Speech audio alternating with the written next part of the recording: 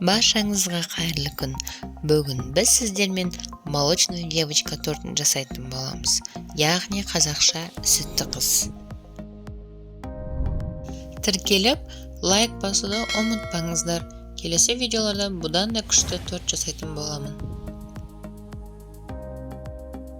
Ең алдымен бізге 2 жұмыртқа, ерітілген сары май, ыстық болмау керек, жылы болу керек, әйтпесе бізде жұмыртқамыз пісіп қалады. 1 банка сгущенка керек болады. Осы сұйық ингредиенттерімізді бірінші араластырып дайындап алуымыз керек.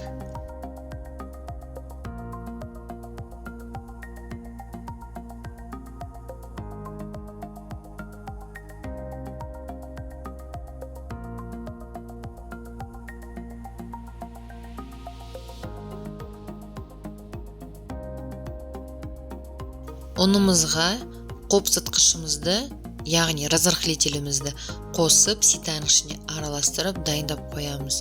Дайын болған ұнымызды ситадан өткізу арқылы жаңағы сұйық болған массамызға салатын боламыз.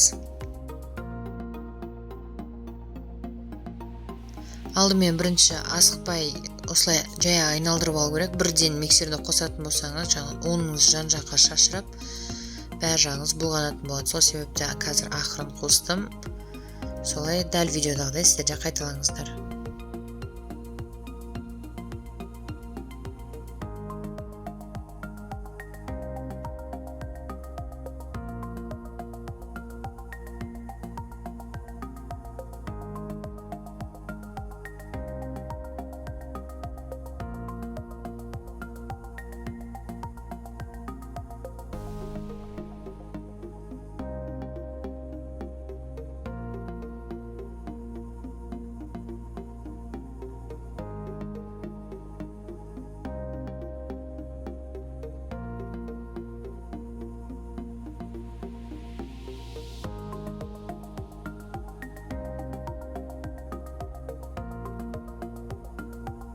Бисквитіміздің тестасы дайын болған соң, біз оны пергаментті бумагаға 6 бөлікке, немесе 7 бөлікке бөліп арқылы пісіретін боламыз. Сол себепті мен пергамент бумаганы бірдей қылып кесіп алу үшін осындай тактиканы қолданамын.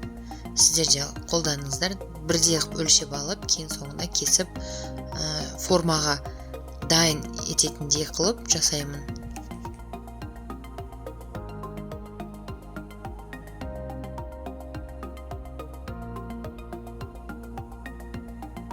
Тортымыз 22 немесе 24 диаметрлі болу үшін кейбір кісілер мысалға тарелканы өлшеп жатады. Мен формаға осылай дәл видеодағыдай жасасаңыздар, дайын форма шығады.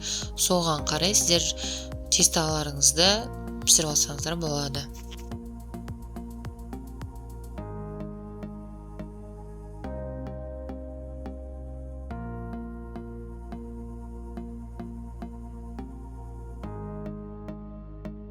Дайын болған бисквитімізден бізден 6-7 корышка шығады.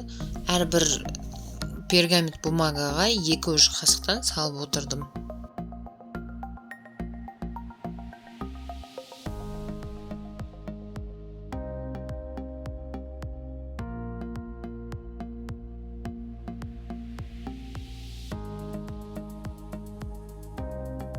Духовкамда кемі 5-6 минутта тез пісіп шықты. Кімнің духовкасы әрқалай, енді тез жақсы пісіретін болса 4 минуттың ішінде де піседі. Егер жақсы слабый болса 7 минутта піседі.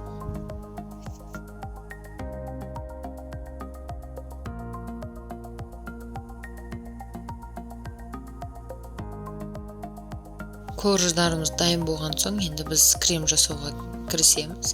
Ол үшін бізге салқындатылған сливки керек болады, 33%.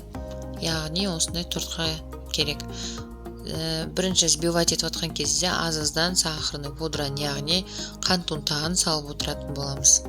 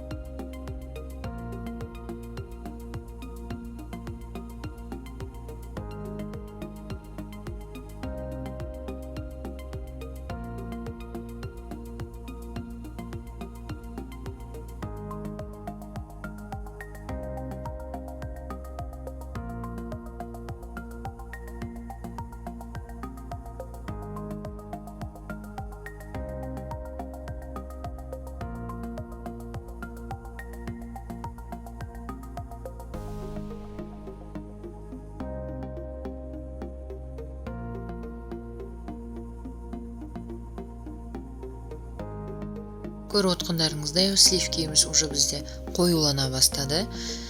Ақырын сәл кішкене қоюлығы артқан кезде біз творожный сырды саламыз. Менде творожный сыр Хокландтікі.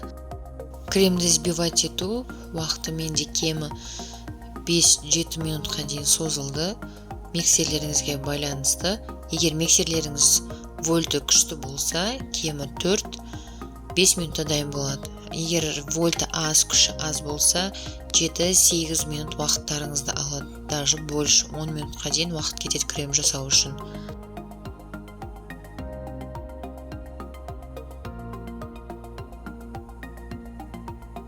Міне видеода көргендеріңіздей осындай масса болу керек. Кремді және торттың бетіне оформление жасаған кезде еріп кетпеу үшін осындай форманы ұстап тұру керек. Қорждарымыз піскен екен, қатты суыға қоймаңыздар, себебі осылай жан-жағын кесіп әдемілеуге келген кезде ортасынан сынып кетуі мүмкін. Сол себепті жылы кезінде, қатты ыстық емес, қатты салқын емес, жылы кезінде кескендеріңіз дұрыс.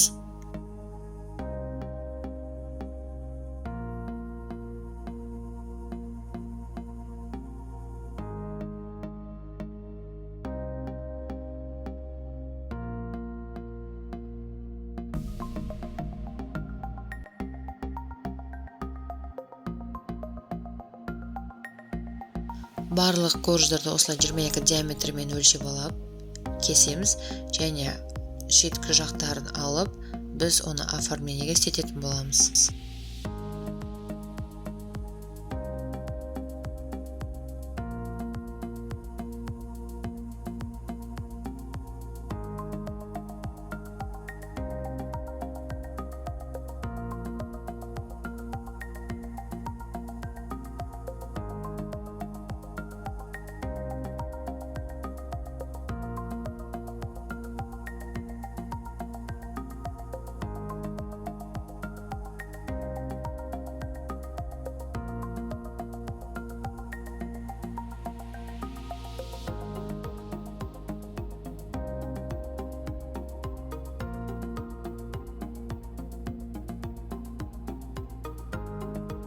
Мен тортты осындай кольцамен жинай бастадым.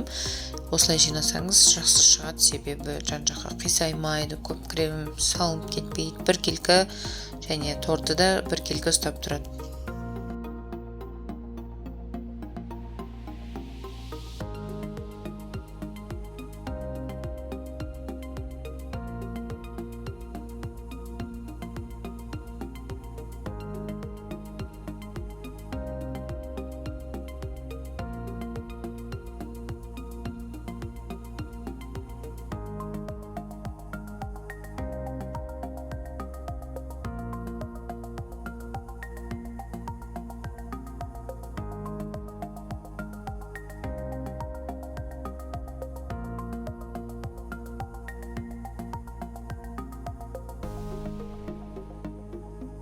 Тортымызды толық әдемілеп жинап болған соң, жарты сағатқа холодильникке қоятын боламыз, себебі креміміз корждарға сіңу керек.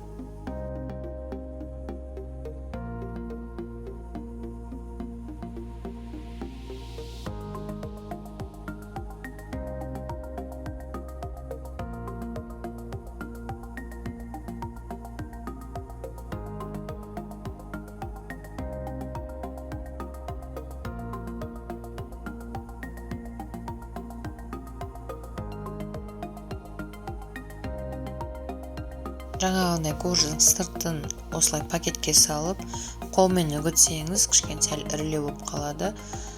Ол да жақсы. Боковой жанына жапсыру үшін оқтаумен майдаласаңыздар да болады. Мен сіздерге түсінікті болу үшін осылай қолмен езіп жатырмын.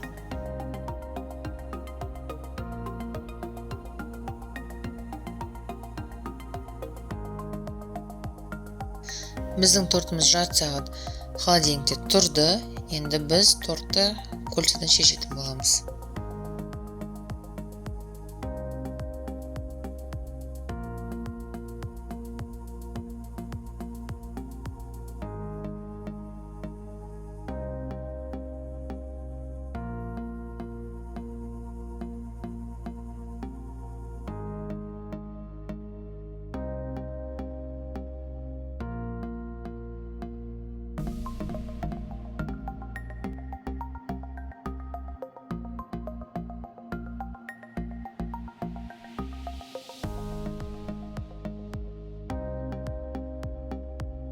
Енді торт оформлениесіне келетін болсақ, өткен корждарымызды осылай жанына қарай қолмен жабыстырып шығатын боламыз.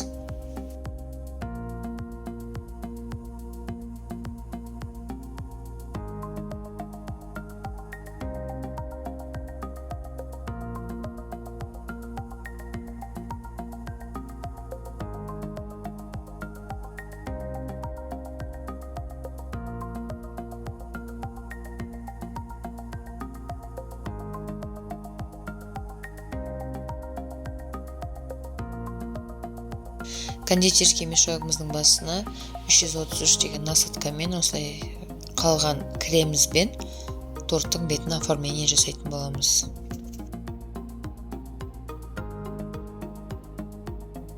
Алдымен осылай төрт жаққа қарай крем жағып алам.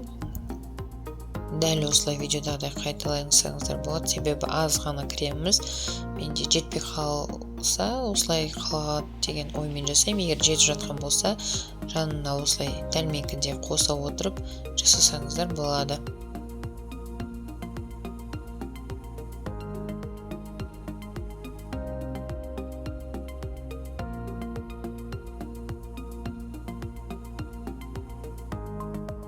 Оформлениеміздің бір бөлігі кремнің бетіне мен бұл жолы банан қойдым.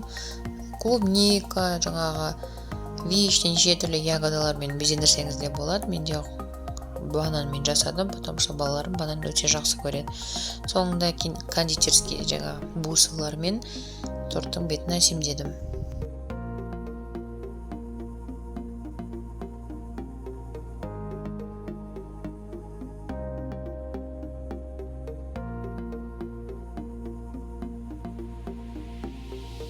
Қараңыздар, қандай керемет тамашая. Мен бұл тортты жасадым, яғни сіздер жасай аласыз деген сөз.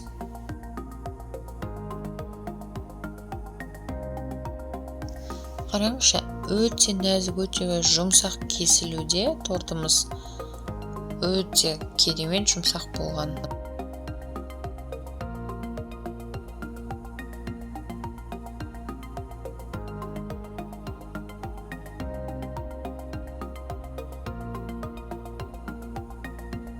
Бір тілімін жеп көрдім, торттың бәрін бірге жеп тауысуға да болады, өте тәтті болған. Сіздер де жасап көріңіздер. Келесі жолы қандай торт жасайтынымды күтесіздер, және де қандай торт жасағанымды қалайсыздар, комментарийға жаза кетіңіздер. Тіркеліп лайк басуды ұмытпаңыздар. Сіздермен бірге болған Умида. Рахмет.